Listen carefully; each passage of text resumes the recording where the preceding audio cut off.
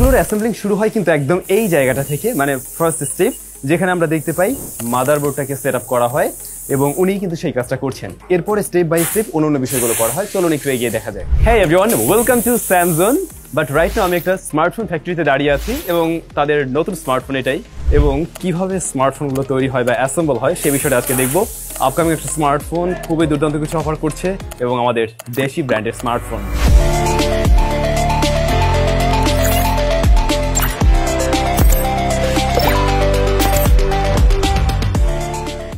তো ফ্যাক্টরি ভিজিটের জার্নিটা শুরু করে আমরা একদম সকালবেলা, ঝিরিঝিরি বৃষ্টি ছিল, এর মধ্যেই আমরা বেরিয়ে পড়লাম। চলে গেলাম বসুন্ধরায় ওয়ালটনের হেড অফিসে এবং সেখানে গিয়ে দেখলাম আমাদের প্রিয় অন্যান্য ইউটিউবাররাও আমাদের জন্য অপেক্ষা করছে, অনেকে আগেই চলে আসছে। তো সেখানে একটু সময় গল্প গুজব করে আমরা ওয়ালটনের হেড অফিস থেকে বেরিয়ে পড়লাম ওদের একটা অফিস বাসে করে। আমাদের গন্তব্য গাজীপুরের চন্দ্রায় এবং সেখানে ওদের ফ্যাক্টরি রয়েছে। যেতে যেতে পথে অনেক মজা হলো, অনেক সময়ও লাগলো অবশ্য, মানে আমরা আরেকটু আগে গেলে আরো বেশি এনজয় করতে পারতাম অবশ্যই। আপনাদের উদ্দেশ্যে জানিয়ে রাখছি, ওয়ালটন মোবাইল ফোনের যাত্রা শুরু করে 2010 সাল থেকে এবং প্রোডাকশনে গিয়েছে 2017 সাল থেকে। টু বি অনেস্ট, ওয়ালটনের এই ফ্যাক্টরিতে ভিজিটে না আসলে আমি কখনোই বুঝতাম না ওদের ফ্যাক্টরিটা আসলে এতটাই বড়। হ্যাঁ, আমার ধারণা ছিল মোটামুটি বড়, কারণ অনেক কিছু নিয়ে তারা কাজ করছে, যে কারণে মোটামুটি বড় হবে, কিন্তু লিটারালি এত বড় জায়গা জুড়ে এটা আমার ধারণা ছিল না। এটার আয়তন প্রায় 800 একরের কাছাকাছি, মোটামুটি ছোটখাটো একটা শহরের মতো সাইজ নিয়ে ওরা গড়ে উঠছে, যেখানে ওদের প্রায় সমস্ত রকম প্রোডাক্টগুলোই তৈরি হচ্ছে। ওয়ালটনের যে প্রোডাক্টগুলো আমরা পাই সেগুলো এখানেই তৈরি হয়। ইভেন স্মার্টফোন ফ্যাক্টরিটাও এখানেই রয়েছে, যেটা আমরা একটু পরে ঘুরে ঘুরে অবশ্যই দেখব। আর যদি কিনা বলি লম্বায় এটা 10 কিলোমিটারের মতো হবে, মানে আমাদের পদ্মা সেতুর চাইতেও বড় এটা। তবে ফ্যাক্টরিতে এসে যে বিষয়টা আমার প্রথমে নজরে পড়ে তা হলো ওদের প্ল্যানিং। প্রত্যেকটা বিল্ডিং একদম প্ল্যানিং করা এবং ভিতরের রাস্তা থেকে শুরু করে সমস্ত কিছুই প্ল্যানিং ওয়াইজ তারা করেছে, যার ফলে এই জায়গাটা এত সুন্দর লাগছে। পাশাপাশি নেচারকেও কিন্তু ওরা অনেক বড় একটা প্রাধান্য দিয়েছে। আই মিন শুধুমাত্র ফ্যাক্টরি, কলকারখানা এরকম না, ওরা এখানে একদম গাছ টাছ লাগিয়ে টোটালি ন্যাচারাল একটা পরিবেশ তৈরি করে রেখেছে, যে বিষয়টা হয়তো ভিডিও দেখেও আপনারা একটা আইডিয়া করতে পারছেন। ইভেন এটাও খেয়াল করলাম, ভিতরে ওদের নিজস্ব গাড়িগুলো চলাফেরা করে ওদের নিজস্ব ট্রাফিক কন্ট্রোল সিস্টেমের মাধ্যমেই। ফোন ফ্যাক্টরিতে যাওয়ার আগে প্রথমে আমরা দেখলাম পিসিবি কিভাবে তৈরি করা হয়। যদিও স্মার্টফোনের জন্য তারা পিসিবি এখানে এখনো তৈরি করছে না, তবে বাটন ফোনের পিসিবি গুলো কিন্তু তারা এখানেই তৈরি করে থাকে। ইভেন অন্যান্য ইলেকট্রনিক্স প্রোডাক্ট বা ইলেকট্রিক প্রোডাক্টের জন্য তারা কিন্তু এখানে পিসিবি তৈরি করে থাকে। ইভেন ওয়ালটনে কিন্তু প্রথম মাল্টিলেয়ার পিসিবি বাণিজ্যিকভাবে উৎপাদন এবং বাজারজাতকরণের সরকারি অনুমোদন পেয়েছে। খুবই দুর্দান্ত বিষয় এটা। ভেবেছিলাম এই প্রসেস খুব একটা হামারি কঠিন কিছু না, কয়েকটা ধাপেই হয়তো সম্ভব, কিন্তু না রে ভাই, এটা আসলে অনেকগুলো স্টেপের মধ্য দিয়ে যেতে হয়। বিভিন্ন রকমের সিকিউরিটি গাইডলাইন মেনটেন করেই আপনাকে ভিতরে যেতে হবে। যেমন আপনাকে অ্যাপ্রন পড়তে হবে, তারপর আপনি যদি শু পরা থাকেন সেটার জন্য গার্ড ব্যবহার করতে হবে, যাতে করে ভিতরে কোনো ধরনের ডাস্ট প্রবেশ না করতে পারে। তো ভিতরে গিয়ে দেখলাম একদম প্রথম বোর্ড থেকে শুরু করে একটার পর একটা স্টেপ রেডি করার জন্য অনেক ধরনের মেশিনারিজ এবং অনেকগুলো স্টেপকে ফলো করতে হয়। এবং ফাইনালি তৈরি হয়ে গেলেও পিসিবি সেটা কিন্তু একেবারে রেডি নেই। এরপরে ওরা আবার চেক করে, এবং ওদের এখানে অটোমেটিক রোবট সিস্টেম মেশিন রয়েছে, যে কিনা চেক করে দেখে যে এই পিসিবিতে কোনো ধরনের শর্ট রয়েছে কিনা বা কোনো ধরনের প্রবলেম আছে কিনা। আফটার চেকিং এই পিসিবি গুলো কিন্তু তারা তখন কাজের জন্য ব্যবহার করতে পারে, বা চাইলে রপ্তানি করতে পারে, অথবা নিজস্ব ফ্যাক্টরিতে যেগুলো প্রয়োজন হচ্ছে সেখানে ব্যবহার করতে পারে। এবং আমার মনে হয় ওরা এই জায়গায় অনেক বেশি ভালো করবে ইন ফিউচারে। তো ফোন ফ্যাক্টরি বা যেখানে ফোনগুলো অ্যাসেম্বল করা হয়ে থাকে সেই জায়গায় ঢোকার জন্য আমাদের প্রথমেই কিন্তু ওই ধরনের গাইডলাইন মেনটেন করেই ঢুকতে হলো। তবে ভিতরে ঢুকতে গেলে আপনাকে অবশ্যই বাতাস দিয়ে ক্লিন করা হবে প্রথমে, যদি আপনার শরীরে কোনো ধরনের ডাস্ট থাকে সেটাও যাতে ভিতরে না প্রবেশ করতে পারে। স্মার্টফোনের অ্যাসেম্বলিং এর শুরুটা হয় কিন্তু এখান থেকে, এবং উনি এলসিএমটা করছেন। মূলত আমরা যে ভিতরে যে বোর্ডটা দেখি, মাদারবোর্ড সেট আপ করার আগে নিচে দেখা যায় কিছু রিবন থাকে, কানেক্টর থাকে, সেই বিষয়টাই কিন্তু উনি সেট আপ করছেন। পরবর্তী স্টেপে আমরা দেখছি এখানে মাদারবোর্ড সেট আপ করা হচ্ছে। মাদারবোর্ডের উপরে, মানে যেখানে প্রসেসর থাকে বা যে পার্টগুলো গরম হয়, সেখানে হিট সিঙ্ক জাতীয় বা থার্মাল পেস্ট এই জাতীয় কিছু পেস্ট তারা এখানে ব্যবহার করছে।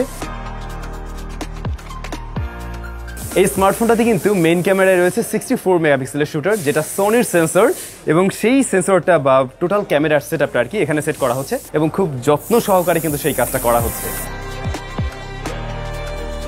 এখানে যেটা হচ্ছে এলসিএম এর সাথে মাদারবোর্ডটাকে অ্যাটাচ করা হচ্ছে আর কি।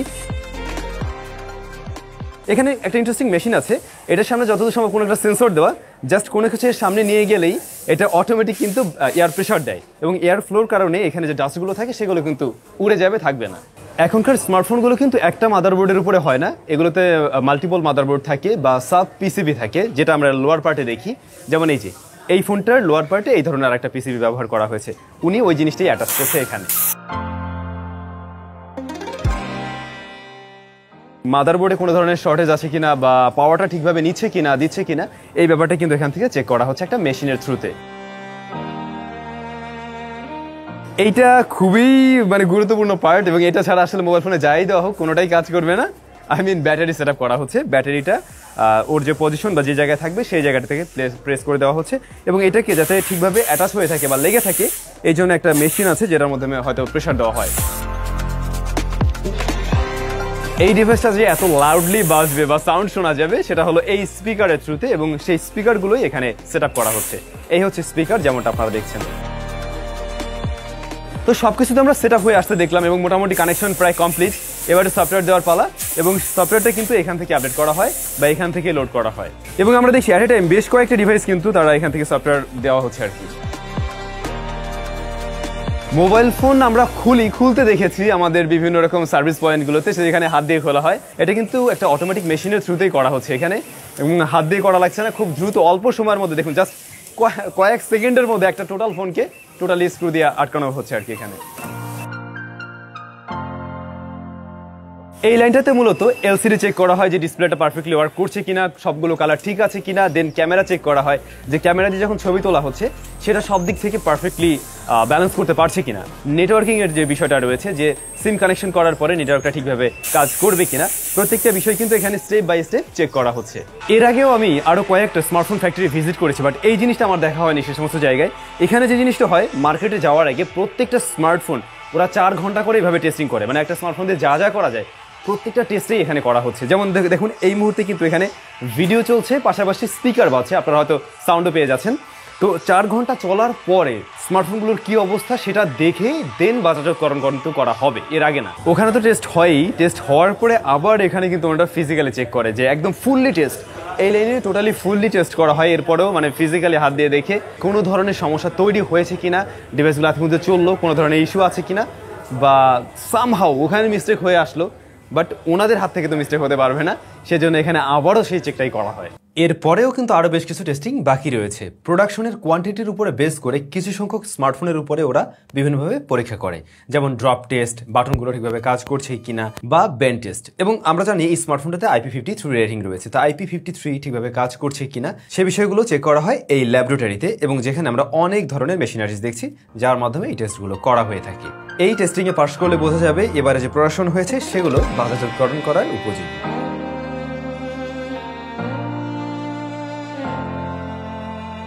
তো ফাইনালি ডান, দেখলেন একদম পুরো প্যাকেজিং হয়ে কিভাবে অটোমেটিক ভাবে ফোনগুলো হাতে চলে এসছে। এবারে এই ফোনগুলো কিন্তু চলে যাবে বিভিন্ন রকম আউটলেটে বা শোরুমে, এবং সেখান থেকে আপনি আমি চাইলে পারচেস করতে পারবো। ইয়াপ, ফ্যাক্টরি ভিজিট শেষ, স্মার্টফোনগুলো কিভাবে প্রস্তুত হচ্ছিল সবকিছু আমরা দেখে নিলাম, বাট ফাইনালি এই ফোনটা কি অফার করছে সেটা তো একটু জানতে হবে, রাইট? তার আগে দেখুন প্রথমে আপনার যে বিষয়টা চোখে বাঁধবে, ওয়ালটনের প্যাকেজিং। এবারে প্যাকেজিংটা কিন্তু তারা একদম প্রিমিয়াম একটা ভাইব নিয়ে আসছে। প্রিমিয়াম সেগমেন্টের যে স্মার্টফোনগুলোর প্যাকেজিং দেখি সেরকম বেশ বড়সড়, যেখানে আমরা স্মার্টফোনটি পেয়েছি, চার্জার, কেবল, কেস, প্রয়োজনে মোটামুটি সবকিছুই আছে। আর এই হচ্ছে স্মার্টফোনটি, দেখতেও বেশ সুন্দর। তবে যে বিষয়টা আপনি প্রথমেই নোটিস করবেন, হাতে নিয়ে আপনার মনে হবে ফোনটার ওয়েট ডিস্ট্রিবিউশন এত ভালো কেন। এটার ওয়েট ডিস্ট্রিবিউশন যথেষ্ট ভালো, এবং ফোনটা হাতে নিয়ে না মানে খুব একটা ভারী মনে হবে না, দীর্ঘক্ষণ ব্যবহার করার একদম উপযোগী। এটার কারণ হলো রিয়ার প্যানেলটাও কার্ভ, আবার সামনেও কার্ভ ডিসপ্লে, তো ধরে ভালো লাগে আর কি। স্কোয়ার বক্সি হলে হাতে কিন্তু ওই ফিলটা আসে না। আর এটার থিকনেসও কম, 8.4 মিলিমিটারের মতো। ডিভাইসটাতে IP53 রেটিং রয়েছে। রিয়ার প্যানেলটা প্লাস্টিকে তৈরি, এটাতে গ্লাস দিলে আরো বেশি প্রিমিয়ামনেস আসতো অবশ্যই, অথবা আমার মানে পার্সোনালি যেটা ওপিনিয়ন, এটাতে যদি একটা ওই যে ভিগান লেদার ভ্যারিয়েন্ট থাকতো, লেদার টাইপ, তাহলে মনে হয় ওই জিনিসটা অনেকেরই পছন্দ হয়ে যেত। পার্সোনালি আমার কাছে ওইটা বেশ ভালোই লাগে। আর এখানে আমরা দেখতে পাই নিচের পার্টটা এই যে ম্যাট ফিনিশ, উপরের ক্যামেরার মাঝামাঝি অংশ থেকে উপরের দিকটা গ্লোসি ফিনিশ। এই ডিজাইনটা পার্সোনালি আমার খুব আহামরি লাগেনি আর কি, এইখানে বোধহয় আরেকটু চেঞ্জেস আনা যেত। তবে এই ফোনের দুইটা ভ্যারিয়েন্ট হয়ে থাকে, কালারে ঠিক বলবো না, লাইক এই যে ক্যামেরা যে মডিউলটা, এর পাশে আমরা যে চারিপাশে যে একটা গোল রিং এর মতো দেখছি, এই রিং এর কালারটা ওরা চেঞ্জ করে দিচ্ছে একটা ভ্যারিয়েন্টে, ওইটা একটু রেডিশ টাইপের। তো ওইটা দেখতে আরো বেশি বোল্ড লাগে, ইউনিক লাগে, যদিও ওইটা জাস্ট ওরা স্পেশাল এডিশন হিসেবে কয়েক পিস নিয়ে আসবে। তো ওই জিনিসটা যদি আপনি কিনতে চান তাহলে অবশ্যই আপনাকে একদম প্রথম ভাগেই কিনতে হবে আর কি। আর এমনিতে বাকি কালার টালার কিন্তু দুইটা সেম, একদম সেম টু সেম। অলরাইট, যদি একটু ভিতরে জাম্প করি, এই ডিভাইসটার ডিসপ্লেকে কিন্তু প্রোটেকশন করছে ড্রাগন টেল স্টার 2 নামক একটা গ্লাস, যেটাকে ওরা বলছে যে সরাসরি কম্পিটিশন দিতে পারবে কর্নিং গরিলা গ্লাস 5K, মানে হেড টু হেড কম্পিটিশন দেওয়ার মতো, নাকি কোনো জায়গায় একটু এগিয়েও থাকে। আমরা ওদের যখন ফ্যাক্টরিতে গেলাম, ওদের একটা টেস্টিং রিপোর্টও দেখলাম, সেখানে ওরা গরিলা গ্লাস 5 যুক্ত যুক্ত স্মার্টফোন, দুইটা স্মার্টফোনের সাথে সাইড টু সাইড কম্পেয়ার করে আমাদেরকে দেখাচ্ছিল আর কি। আচ্ছা, এর ডিসপ্লে সাইজ হলো 6.67 ইঞ্চ, এটা ফুল এইচডি প্লাস রেজুলেশনের অবশ্যই, এবং curved AMOLED panel. 120 hertz offer করছে এই ডিসপ্লেটা, আর আমরা দেখতে পাই এটা 20:9 অ্যাসপেক্ট রেশিওর ডিসপ্লে, এবং বলছিলাম ডিসপ্লের তলায় ফিঙ্গারপ্রিন্ট স্ক্যানার রয়েছে। এর পজিশনটা কেমন লাগছে আপনাদের কাছে? অনেকের কাছে মনে হতে পারে একটু নিচ দিকে, অনেকের কাছে মানে আমার কাছে পার্সোনালি মনে হয় এই পজিশনটা পারফেক্ট, এটা একটু নিচে লাগছে না? তো এর সাথে ইউজ টু হয়ে গেলে তো কোনো সমস্যা নেই। এটা আবার মোটামুটি ফাস্ট, একুরেট, হালকা অ্যানিমেশন ডিলে আছে, বাট একুরেটলি কাজ করছিল ম্যাক্সিমাম টাইমেই। চিন বেজেল খুব আহামরি মোটা না, বেশ ন্যারোই। লোয়ার চিন আপার চিন আর একটু ন্যারো করে দিলে আরো বেশি ভালো লাগতো, মানে একদম প্রিমিয়াম সেগমেন্টের মতো লাগতো আর কি, যদিও এটাও খারাপ লাগছে না। তবে আমি যেটা নোটিস করেছি, এর যে পাঁচল কাট আউট, এইটা চাইলে আর একটু ছোটখাটো দেওয়া যেত, অনেকেই দেয়, ওটা দেখতে আরো সুন্দর লাগে আর কি। ডিসপ্লেটা একটু বেশি ভিভিডের দিকে কালার দেয়, মানে একটু ভাইব্রেন্ট করে কালার প্রেজেন্ট করে, একেবারে একুরেট না, তার থেকে একটু কালারটা বুস্টেড দেখায়। এতে করে হয় কি, কন্টেন্ট ওয়াচিং বা যে কোনো ভিডিও টিডিও দেখা, ওগুলো আবার খুব ভালো লাগে আর কি। আর ব্ল্যাকটা অবশ্যই পিওর ব্ল্যাক পাচ্ছেন। ফোনটার ব্রাইটনেস ইনডোরের জন্য একদম পারফেক্ট, ইভেন শ্যাডোতেও দেখা যায়। ডিরেক্ট সানলাইটেও দেখছিলাম এই ডিভাইসটা চালানোর উপযোগী, একেবারে সুপার কমফোর্টেবল না হলেও চালানোর উপযোগী ছিল। আর ডিভাইস তো মাত্রই আমরা হাতে পেলাম, মানে জাস্ট ফ্যাক্টরিতে গেলাম, তারপরে একটু বাসায় আসলাম, এই টাইমের মধ্যে আসলে অনেক আহামরি ইউজ করা হয়নি। আপাতত দেখে ডিসপ্লেটা খুবই ভালো লেগেছে, কোনো ধরনের টিন্ট আমি লক্ষ্য করছি না, এবং টাচ রেসপন্সিভিটিতে প্রবলেম পাইনি। আমরা হাই রিফ্রেশের ব্যাপারটাও চেক করে দেখছিলাম, ওটাও দেখলাম ঠিকভাবেই পুশ করতে পারছে এই ডিভাইস। যাই হোক, স্মার্টফোনটি রান করছে DDoS 15 based on Android 14, latest অ্যান্ড্রয়েডে রান করছে এই ডিভাইস। তবে আমরা এটুকু জানতে পারিনি এই ডিভাইসে আসলে কোনো ধরনের আপডেট আসবে কিনা, অর্থাৎ মেজর আপডেট আসবে কিনা, এই ব্যাপারটা ক্লিয়ার হওয়া যায়নি। আর প্রসেসর মিডিয়াটেক খেলেও Z99 রয়েছে এর মাঝে, এবং র্যাম পেয়ে যাচ্ছেন 12 জিবি। তো এই ফোনের র্যামে কিন্তু মোটেই ঘাটতি নেই, 12 জিবি র্যাম অ্যাকচুয়াল র্যাম, এর সাথে আরো 12 জিবি আপনি ভার্চুয়াল র্যাম ব্যবহার করতে পারছেন। তো আশা করা যায় মাল্টিটাস্কিং এ বেশ ভালো একটা রেজাল্ট দিবে। আর অন্যদিকে মিডিয়াটেক হেলিও Z99, এটা তো বেশ পরীক্ষিত, এবং মানে মিড রেঞ্জ বাজেটে আমরা অহরহ অনেক ফোনে ব্যবহার করেছি, অফিসিয়াল বিশেষ করে। তবে ওরা যদি মিডিয়াটেকের ডিমেসিরি সিরিজের কোনো প্রসেসর দিত, তাহলে নিশ্চয়ই আরেকটু এক ধাপ এগিয়ে থাকতো, বা আমরা একটু 5G পেয়ে যেতাম আর কি। তবে ওয়ালটন জানালো বাংলাদেশে 5G কানেক্টিভিটি বা 5G কভারেজ চলে আসলে ওদের স্মার্টফোনে ওরা অবশ্যই তখন 5G প্রসেসরগুলো দিবে। ক্যামেরাতেও এবারে কিন্তু তারা একটু ঝলক দেখানোর ট্রাই করছে, যেমন মেইন শুটারটা হলো 64 মেগাপিক্সেলের, এর পাশাপাশি আরো দুটো সহকারী সেন্সর আছে, দুধভাত 2 মেগাপিক্সেল, ফ্রন্ট ফেসিং ক্যামেরা 32 মেগাপিক্সেলের। তবে এখানে যে মেইন শুটার 64, এটা কিন্তু সনির সেন্সর IMX682। তো এই ডিভাইস দিয়ে হাতে পাওয়ার পরে আমরা ইনিশিয়ালি বেশ কয়েকটা ছবি তুলি, যা আপনাদের সাথে শেয়ার করে দিচ্ছি। আপনাদের কেমন লেগেছে এই ছবিগুলো অবশ্যই কিন্তু কমেন্ট করে জানাতে ভুলবেন না। আর হ্যাঁ, ওয়ালটনের এই স্মার্টফোন ভিডিও রেকর্ড করতে পারে সর্বোচ্চ 2K 30 FPS এ, তবে 1080p 60 FPS এ আপনি রেকর্ড করতে পারবেন। এই ছিল ভিডিও স্যাম্পল। ব্যাটারি আছে 5000 mAh, এবং বক্সে আপনারা পেয়ে যাচ্ছেন 33 ওয়াটের চার্জিং সিস্টেম। তো এই জায়গাটাও কিন্তু স্ট্যান্ডার্ডই বলতে হচ্ছে। এরপর আছে স্পিকার, সাউন্ড কোয়ালিটি মোটামুটি অ্যাভারেজ ছিল এইটার, লাউডনেস ভালো, একদম ফুল ভলিউমে একটু ডিসটরশন ছিল, আর হালকা একটু ওই যে ভাইব্রেশন লক্ষ্য করেছি ওই টাইমে, এর বাইরে ওকে আছে। এই ছিল ওয়ালটন Xenon X90। X90-র স্পেক শুনে খুব ভালো করে বোঝা যাচ্ছে ওয়ালটনের এখন পর্যন্ত আসা ডিভাইসগুলোর মধ্যে সেরা সে। বাট এই ডিভাইসটা এখন অফিসিয়ালি ওরা লঞ্চ করেনি, যে কারণে আমি নিজেও এটার দাম জানি না এখনো। তো আপনারা কমেন্ট করে জানাবেন এই ডিভাইসটার প্রাইসটা কত হতে পারে, বা আপনাদের এক্সপেকটেশন কি, অবশ্যই কমেন্ট করে কিন্তু জানাবেন। দেখা যাক, লঞ্চ হয়ে গেলে আমরা অবশ্যই জানতে পারবো এর দামটা কেমন। সবাইকে আরো একবার অসংখ্য ধন্যবাদ ভিডিওটি কষ্ট করে দেখার জন্য, মানে এই পর্যন্ত দেখার জন্য আর কি। তো ওয়ালটনের ফ্যাক্টরি ভিজিট করে সত্যিই খুব ভালো লেগেছে। সবচাইতে যে বিষয়টা আমার ভালো লেগেছে ওদের এনভায়রনমেন্ট। ভাই, মানে ফ্যাক্টরি যে এত বড় আমার কোনো আইডিয়াই ছিল না।